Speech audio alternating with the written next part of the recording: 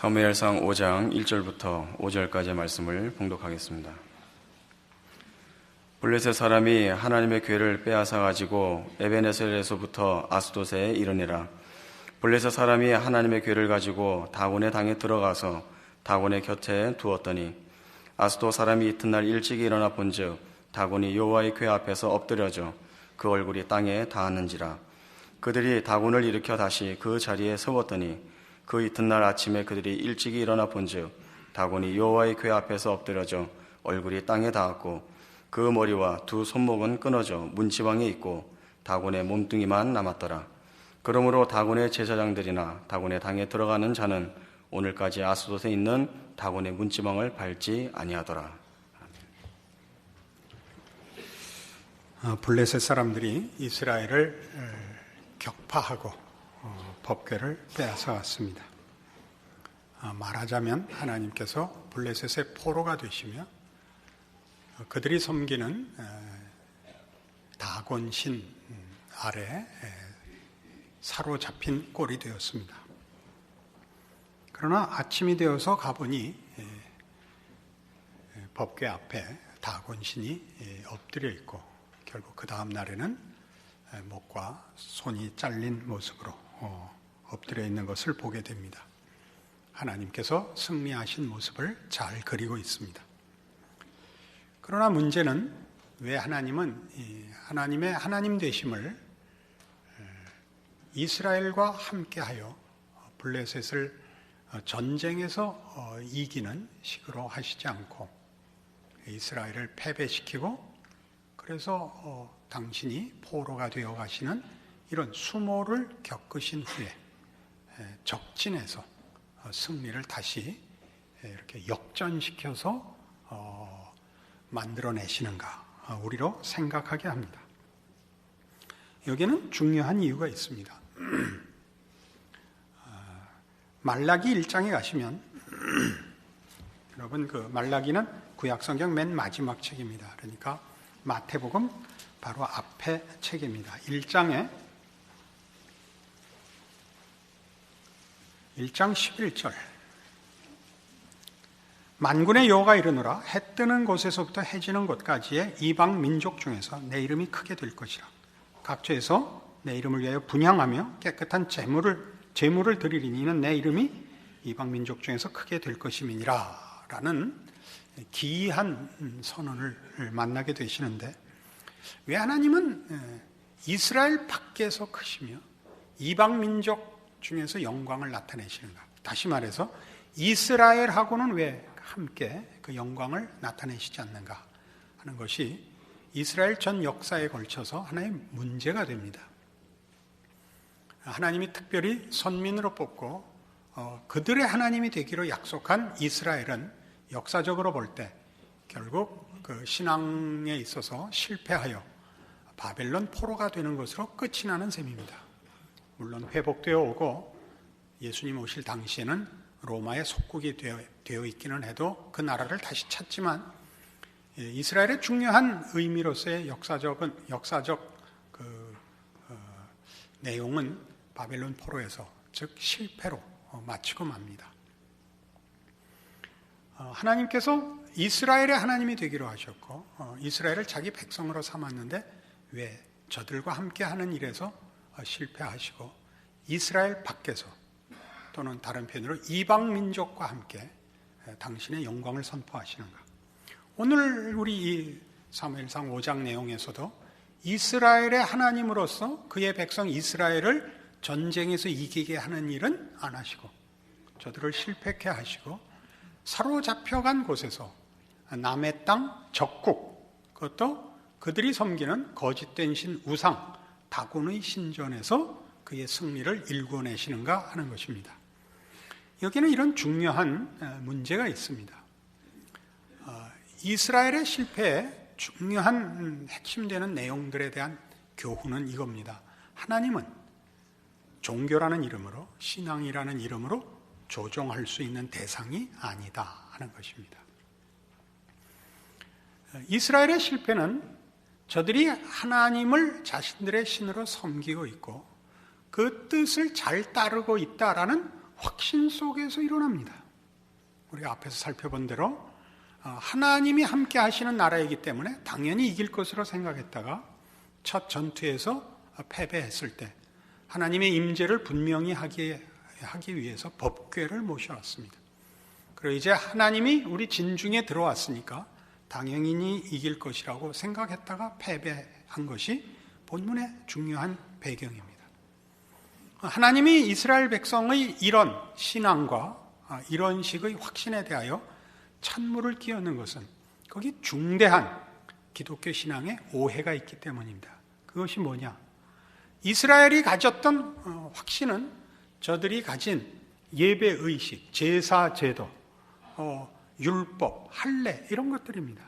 즉 하나님은 이스라엘 밖에서 하나님의 전도 아니며 하나님을 알지도 못하며 하나님을 섬기는 제사제도도 없으며 하나님을 위한 제단도 없으며 섬기는 법도를 인도하는 제사장도 없는 곳에서 승리하심으로 이스라엘 백성에게 이렇게 얘기하는 것입니다. 너희들이 가진 제사제도나 무슨 예배의 방법이나 너희가 확신하는 여러 수단과 그런 제도들이 나를 올가맬 수 있다고 생각하지 마라. 나를 구속할 수 있다고 생각하지 마라. 다른 의미로 얘기하자면 하나님을 그런 것들로 조작하고 조종할 수 있다고 생각지 마라. 이것이 가장 중요한 지적입니다. 우리는 성경 내내 이런 사실은 하나님 되심에 대한 이스라엘의 오해와 실패를 구약에서 보게 됩니다. 그리고 그것이야말로 기독교 신자들이 꼭 확인하고 분명히 해야 되는 기독교 신앙의 첫 번째 근거입니다. 출애굽기 3장에 가시면 우리는 이미 모세가 처음 하나님 앞에 부름을 받았을 때 이 문제를 가지고 씨름했던 장면을 만납니다. 구약성경 85페이지 출애굽기 3장 13절입니다. 모세가 하나님께 고하되 내가 이스라엘 자손에게 가서 이르기를 너희 조상의 하나님이 나를 너희에게 보내셨다 하면 그들이 내게 묻기를 그의 이름이 무엇이냐 하리니 내가 무엇이라고 그들에게 말하리이까. 하나님이 모세에게 이르시되 나는 스스로 있는 자니라. 또 이르시되 너는 이스라엘 자손에게 이같이 이르기를 스스로 있는 자가 나를 너희에게 보내셨다 하라 라고 말합니다. 여긴 많은 의미가 있습니다. 우선 모세의 불만과 의문이 있습니다. 왜 하나님은 자신이 소원하고 헌신했을 때는 응답하시지 않다가 이제 그가 40세에 열심을 부렸을 때 바로의 왕자였을 때는 응답하시지 않았다가 미디안 광야에서 망명생활을 40년이나 하고 80세가 된 이 노인네 때 자기를 부르시는가라는 강한 의심과 불만이 여기 배어 있습니다. 하나님은 도대체 어떤 분이십니까? 우리가 이해하도록 하죠. 왜 일을 이런 식으로 하십니까? 라는 불만이 여기 내재되어 있는 거죠. 여기에 대한 하나님의 답은 이겁니다. 나는 스스로 있는 자니라 이겁니다. 이 스스로 있다는 표현을 우리 한국어 표현이 가지는 번역 잘한 부분은 하나님은 하나님 되심의 그 조건이나 그 내용에 있어서 외부의 도움을 필요로 하시지 않는 분이요. 외부의 것과 하나님의 하나님 되심이 그 존재로서 능력으로서 연결되어 있지 않음을 말합니다. 여기서 연결되어 있지 않다는 건 의존적이지 않다는 의미입니다. 하나님은 스스로 자존하시고 자족하시고 충만하신 분입니다.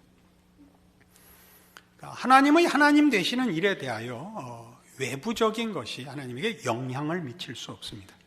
그러나 그때도 이 출애굽기를 할 때도 확인했다시피 여기엔 한 가지 더 뜻이 있는데 더 깊은 의미가 하나님은 언제나 하나님으로서 하나님이신 분입니다. 그러니까 하나님은 하나님이시기를 중단하실 수 없는 분입니다.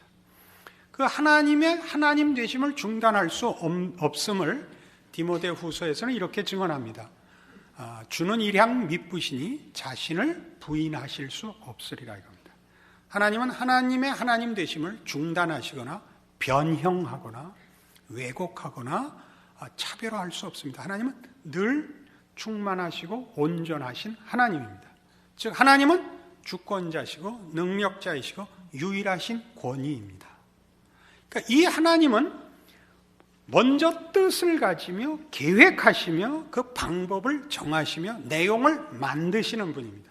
그러나 아차 잘못하면 우리는 하나님의 능력만을 필요로 하고 목적과 내용을 내가 정한 채 하나님을 종교라는 이름으로 조종하려는 실수를 능히 할 수 있는 존재입니다.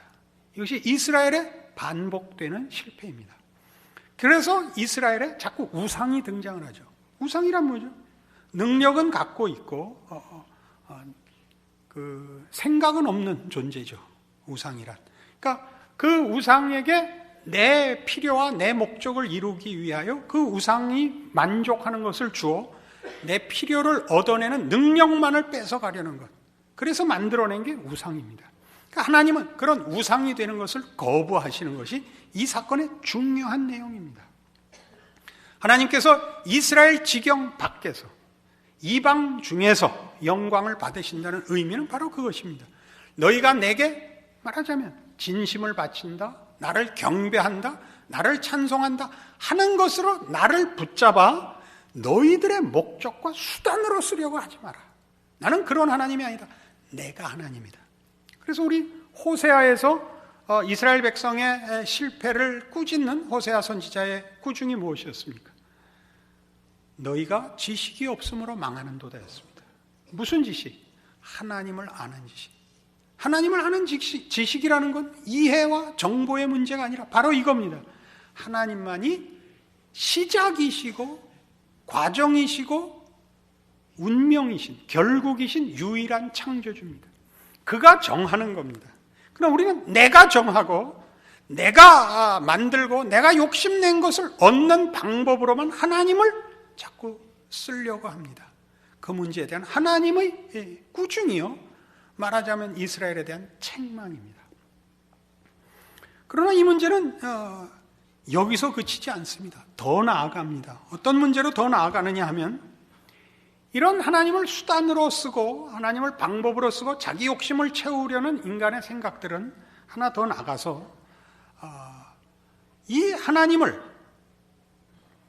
내가 믿고 내가 섬긴다는 것으로 하나님의 영광을 드러내는 것이 아니라 내가 남다르다는 자기 증명으로 쓸 수 있다는 데 더 큰 무서움이 있습니다. 이것을 하나님께서 이스라엘 백성에게 누누이 꾸중하시는데 그 반복된 실패가 신약에까지 이어집니다. 로마서 10장으로 가보십시다.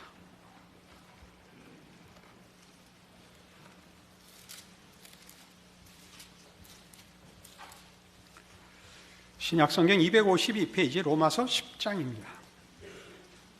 1절 말씀부터 봅니다. 형제들아, 내 마음에 원하는 바와 하나님께 구하는 바는 이스라엘을 위함이니 곧 저희로 구원을 얻게 함이라. 내가 증거하노니 저희가 하나님께 열심히 있으나 지식을 쫓은 것이 아니라 하나님의 의를 모르고 자기 의를 세우려고 힘써 하나님의 의를 복종치 아니하였느니라. 이스라엘이 실패한 자기 의, 하나님의 의를 모르고 자기 의를 내세웠다는 건 무엇일까요? 마태복음 23장에 가면 예수님께서 친히 당시 유대인들을 꾸짖으신 내용이 나오는데 이것이 그 구체적인 내용입니다. 마태복음 23장입니다. 마태복음 23장 13절입니다. 화 있을진저 외식하는 서기관들과 바리새인들이여, 너희는 천국 문을 사람들 앞에서 닫고 너희도 들어가지 않고 들어가려 하는 자도 들어가지 못하게 하는도다. 화 있을진저 외식하는 서기관들과 바리새인들이여, 너희는 교인 하나를 얻기 위하여 바다와 육지를 두루 다니다가 생기면 너희보다 배나도 지옥 자식이 되게 하는도다. 이게 무슨 얘기냐 하면 이 외식하는 자들입니다. 외식한다는 건 겉으로 치장하는 자들입니다. 뭘 치장할까요? 그들이 가진 신앙이 자신들의 남다름에 대한 증거에 불과했던 것입니다. 저들이 하나님을 섬긴다, 저들이 지금 현대식으로 표현해서 예수를 믿고 기독교 신앙을 가진다라는 저들의 종교심이 다른 사람들보다 우월한 자기 증명밖에 되지 않았던 것입니다. 하나님은 유일하신 하나님이시며 우리에 대해서 은혜를 베푸시는, 우리를 사랑하시는 하나님이십니다. 그러니까 기독교 신앙이라는 것은 하나님이 시작이고 이유고 처음이고 마지막이고 운명이고 그러신 능력자이시면서 우리를 사랑하시는 은혜의 아버지라는 사실 속에 근거하고 있습니다. 하나님의 전능하심과 하나님의 은혜로우심 때문에 기독교 신앙이 서 있는데, 하나님의 전능성, 그의 주인 되심도 외면하고 또 하나님 앞에 은혜를 구해야 된다는 사실을 놓고 하나님과의 관계가 내가 남다르다는 것에 대한 증명에 불과하다면 기독교 신앙은 설 자리가 없고 하나님은 하나님 자리를 잃게 됩니다. 이것은 가장 큰 문제입니다. 그러니까 뭐라 그래요? 너희가 천국문을 닫고 너희도 안 들어가고죠. 너희도 안 들어가고. 왜요? 천국은 예수 그리스도 안에 있는 하나님의 은혜와 국률로 들어갑니다. 그러나 이들은 이 신앙이라는 것이, 종교라는 것이 자기의 남다른 증거이죠. 이것은 기독교 신앙의 아주 큰 시험거리들입니다. 늘 신자들이 가지는 신앙상의 본질에 대한 올바른 점검을 위해서 늘 뭘 물어보셔야 되냐면, 여러분들이 예수 믿는다는 것 때문에 믿지 않는 자들과 혹은 죄인들에 대해 어떤 마음을 가지는가를 보십시오. 거기에 이런 마음이 생긴다면, 저러니까 지옥 가지, 저러니까 예수 안 믿지, 이렇게 생각하시면 여러분이 얻은 구원과 예수 믿는 자 된 것을 오해하는 겁니다. 여러분은 우월감을 가지고 있고 여러분이 얻은 구원이 자격이 있는 것이라고 생각하는 것입니다. 예전에 저희 초등학교 다닐 때는 6.25 직후에 어렵게 살던 시절이라 변변한 옷 입고 오는 사람이 드물었습니다. 근데 그 중에 유별난 옷을 입고 오는 학생들이 가끔 있었는데, 그게 뭐냐면 미국 구제품 입고 오는 아이들이 뜻밖의 깜짝 놀랄 옷을 입고 오는 겁니다. 이게 뭐 한국에서 못 만드는 옷을. 왜 그 옷을 그들이 입었죠? 그들이 공부를 잘해서? 그들이 더 훌륭해서가 아니고 그들이 고아였기 때문입니다. 고아원의 구제품이 먼저 온 겁니다. 그러니까 모든 신자들은 늘 못난 사람을 보거나 예수 안 믿는 사람을 볼 때 먼저 생각해야 될 게, 내가 훨씬 악질이라서 먼저 구원을 받았구나, 이렇게 생각해야 옳습니다. 아멘이다 아니다? 꼭 옆구리를 찔러야 된다? 그러나 늘 이 부분은 우리의 본성상 우리에게 익숙하지 않습니다. 억지로 생각해내지 않으면 이것은 우리 마음속에 자생적으로 나오는 생각이 아니고 우리의 본성은 늘 이렇게 경멸을 하게 되어 있습니다. 불쌍한 것들, 불쌍한 것을 경멸해서는 안 됩니다. 불쌍한 건 불쌍하게 생각을 해야 됩니다. 그러나 늘 이게 문제가 된다고요. 그리고 이스라엘 역사 내내 이것이 가장 큰 문제고, 이스라엘의 실패는 여기에 기인하는 것입니다. 그러니까 마태복음 5장에서 얘기하는 것 같이 예수님은 이렇게 가르치셨죠. 마태복음 5장에 가시면 예수님께서 아주 분명한 우리의 신앙의 내용을 이렇게 얘기합니다. 마태복음 5장 20절, 내가 너희에게 이르노니 너희 의가 서기관과 바리새인보다 더 낫지 못하면 결단코 천국에 들어가지 못하리라. 여기에서 우리의 의는 자기 증명용의 의여서는 안 됩니다. 언제나 은혜 아래에 있다는 예수 안에서의 하나님의 자비하심에 근거한 의여야 됩니다. 이 자기의라는 걸 조금 우리 좀 잘 이해할 필요가 있는데요. 이게 얼마나 사람을 혼동시키고 오해시킬 수 있느냐를 알아둘 필요가 있습니다. 우리나라 이런 해방되기 전에 이조 시대에, 이조라는 500년간의 그 왕조를 붙들어 맨 기둥, 그 질서를 유지케 한 사상은 유교였습니다. 그 유교의 가장 큰 핵심되는 사상이 뭐냐 하면 자기의입니다. 그게 자기의라는 것은 여기서 자기 프라이드입니다. 자부심 같은 거죠. 그래서 우리 잘 아는 대로 양반은 아무리 추워도 곁불은 쬐지 않는다라든가, 양반은 죽어도 개헤엄은 치지 않는다, 이런 얘기가 나온 겁니다. 근데 거기에 들어있는 그 자부심이 옛날 한국의 선비들을, 그러니까 조선시대 선비들을 일본의 사무라이보다 더 강한 정신의 소유자로 만들었습니다. 저들이 칼을 들고 자기네들의 말하자면 윤리와 무슨 내용을 지킬 때 조선조 선비들은 그 부채 하나 들고 사실은 지켜냈습니다. 아주 강했습니다. 그 자부심이 얼마나 강하냐 하면 이런데 그 표현이 남아 있습니다. 6.25 이후에 이 한국 사회에 욕이 굉장히 발전했죠. 그 이북 사람들을 통해서 그 욕이 굉장히 거칠어지고 표현이 많이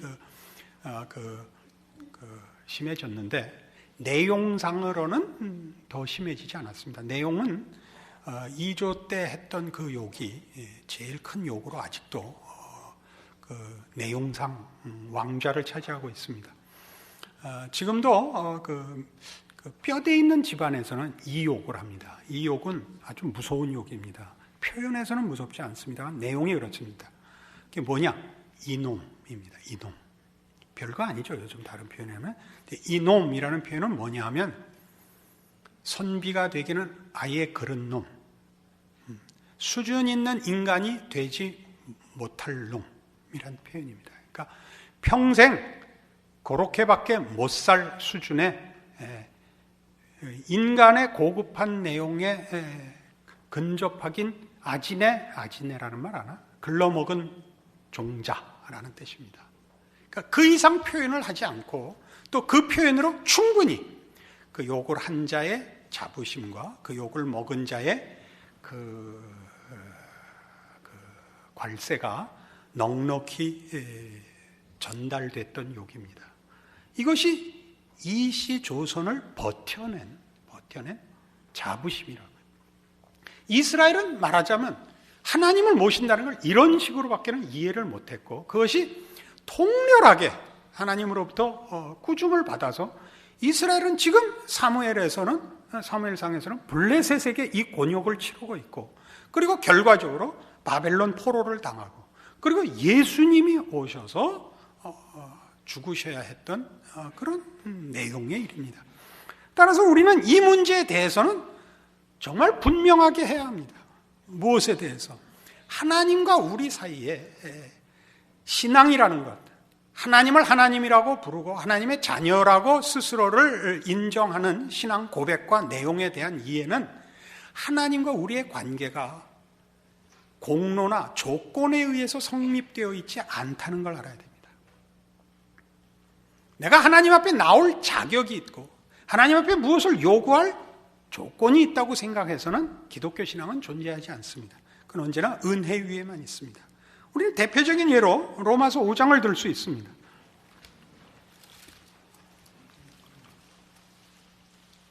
로마서 5장 6절, 245페이지 신약성경입니다. 우리가 아직 연약할 때 기약대로 그리스도께서 경건치 않은 자를 위하여 죽으셨도다. 의인을 위하여 죽는 자가 쉽지 않고 선인을 위하여 용감히 죽는 자가 혹 있거니와, 우리가 아직 죄인 되었을 때 그리스도께서 우리를 위하여 죽으심으로 하나님께서 우리에게 대한 자기의 사랑을 확증하셨느니라. 우리가 죄인 되었을 때, 우리가 연약할 때라는 것은 우리가 아무런 자격과 조건이 없을 때라는 뜻입니다.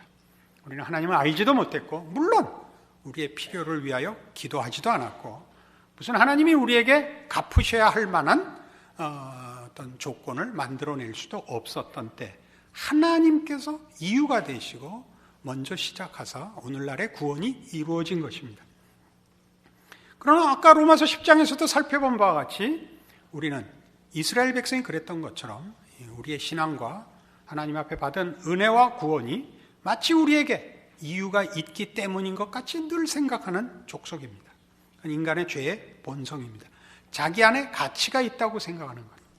물론 인본주의적으로 생각해서 하나님 없이 생각한다면 인간은 짐승보다 낫고 인간은 괜찮은 존재입니다. 그러나 우리를 만드신 하나님은 우리의 능력과 우리의 소원 속에서 우리라는 존재와 내용을 만들어내는 것을 만족치 않으시고, 하나님이 우리를 만드실 때 신적 지혜와 능력과 목적을 가지고 만드셨다고 얘기하는 것이 기독교 신앙입니다. 하나님이 우리를 무엇을 만들고 싶으신가? 하나님의 자녀를 만들고 싶어 합니다. 그러니까 무엇을 내용으로 하고 싶으신가? 하나님을 닮은 자를 만들려고 합니다. 거룩한 자, 의와 진리와 평강과 영광을 만들려고 하십니다. 세상을 주는 것보다 하나님을 주려고 하십니다. 이 문제 때문에 늘 신앙의 갈등이 벌어지고 우리가 하나님 앞에 구하는 것들을 얻지 못하며 올바른 기도를 할 줄 모르는 실패가 반복되는 것일 겁니다. 우리는 이런 문제를 이런 식으로 실패를 합니다. 우리가 기도를 하거나 우리가 무슨 신앙적인 헌신을 할 때 그것이 하나의 공로로, 하나의 조건으로 쌓여지는 그런 기분을 가지는 분들이 대단히 많습니다. 그런 것이 없을 때는 신자들이 기도를 하거나 또는 하나님 앞에 필요를 구하는 일들에 대해서 자신 없어 합니다. 믿지 않는 자들에 대해서는 우리가 충분히 그러는 게 아니라고 설명을 하면서도 우리 스스로 같은 실수를 하는 내용인데요. 가까운 친구나 집안의 친척 중에 예수를 믿어야 되는데 안 믿고 끝까지 버티는 사람들이 어느 가문에나 있습니다. 그렇죠? 근데 이제 마침 그 당사자가 무슨 곤란한 일에 직면해서 죽을 병에 걸렸다든가 완전히 망했다든가 그럴 때 우리는 그 기회로 삼아서 이참에 예수 믿자. 그러면 예외 없이 이 대꾸를 합니다. 사람이 체면이 있지. 멀쩡할 때는 안 나가다가 망해갖고 치사하게 이제 도와달라고 나가는 거 다 쪽팔려서 못한다. 그러면 여러분 다 그러죠. 하나님은 그런 분 아니다. 하나님은 그런 분 아니다. 기독교 신앙이란 그런 거 아니다. 여러분 다 그렇게 얘기하시죠. 안 해보신 것 같은 표정을 지금. 맞다. 너 쪽팔린다. 너 만들어 갖고 와라. 그렇게는 안 하시죠. 그러나 신자들이 기도를 할 때나 잘 보시면 하나님이 들어줄 만한 어떤 조건을 만들어야 된다고 생각해서 그냥 기도하지 않고 열심히 기도합니다. 그것 자체가 잘못됐다는 것이 아니라 그것을 조건으로 삼으려고 한다는 걸 얘기하려고 합니다. 그래서 어떻게 하냐면 하다못해 밤을 샌다든가 아니면 금식을 한다든가 정 안 되면 울기라도 해야 하나님이 들어줄 거라고 생각합니다. 간절함을 표현하는 것은 하나님이 다 받으십니다만 그걸 조건으로 삼고 있어서는 안 됩니다. 그러니까 무슨 문제가 생기냐 하면 대강 믿고 있다가 위기에 봉착했을 때 그때 기도를 척 못합니다. 대부분. 그러니까 기도할 만큼 뭔가를 쌓고 나서야 그 기도를 해야 된다고 생각을 해서 어떤 문제가 생기냐 하면 하나님을 아버지로 부르는 자녀의 신분을 스스로 놓칩니다. 이것은 아주 중요한 문제가 됩니다. 여러분은 어느 곳에서든지 어떤 문제에서든지 조건에 상관없이 늘 하나님 앞에 나아갈 수 있도록 구원을 받은 하나님의 자녀입니다. 말이 안 돼도 괜찮습니다. 뻔뻔스러워도 상관없습니다. 하나님과의 관계가 최우선합니다. 그 다음에 무슨 창피든 말든 있는 겁니다. 체면이든 말든 다음 문제입니다. 언제나 그것은 신자에게 허락된 특권이요. 그것이 신앙의 본질이어야 됩니다. 거기에 뭔가가 있어야 된다고 생각하면 우리는 어떻게 된다고요? 하나님과 우리의 관계는 이런 아버지와 자녀의 관계를 벗어난 어떤 계약 관계가 되고 이해 관계가 되고 조건과 보상의 관계가 되고 맙니다. 여기에서 하나님이 이스라엘을 꾸중하는 것입니다. 우리는 우리가 가진 하나님의 자녀로서의 특권들을 놓치고 살기 일수입니다. 자격이 있는가에 늘 매달려 있죠. 그러니까 늘 자기를 칩니다. 뭣도 부족하고 이렇게 살면 안 돼요. 그것보다 먼저 맨 처음 해야 되는 것 하나님의 자녀로서의 신분과 하나님의 돌보심을 누리시고 거기서 여러분 먼저 평안과 만족과 감사가 있어야 됩니다. 하나님의 자녀다우냐 하는 것은 다음 문제입니다. 이것이 우리로 하여금 한국 교회의 사실은 교회 안에서 신앙상의 혼란을 낳고 있습니다. 어떻게 혼란을 낳느냐고요? 조건을 만들고 공로를 만들면 꼭 자랑이 생깁니다. 나는 이렇게 했다, 넌 왜 안 하냐? 가 생기고 정죄로 갈 수밖에 없습니다. 그러면 안 됩니다. 여러분이 신앙상에 열심을 내는 건 잘하는 것입니다. 그것은 귀한 것입니다. 그건 칭찬받을 일입니다. 그러나 그것이 자랑으로 갈 수는 없습니다. 자랑으로 갈 수는 없습니다. 자랑만큼 자신 안에 근거를 세우는 것은 없기 때문입니다.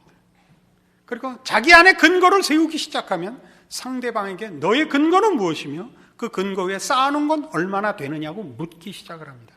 이 싸움은 절대 교회 공동체 안에서는 하면 안 됩니다. 우리는 모두가 은혜 아래 있다는 걸 기억해야겠고, 내가 신앙생활을 잘한다든가 더 깊은 신앙의 경지에 들어간 것은 스스로의 복입니다. 그렇지 않은 모든 사람들에 대해 우리는 심판권도 정죄권도 없습니다.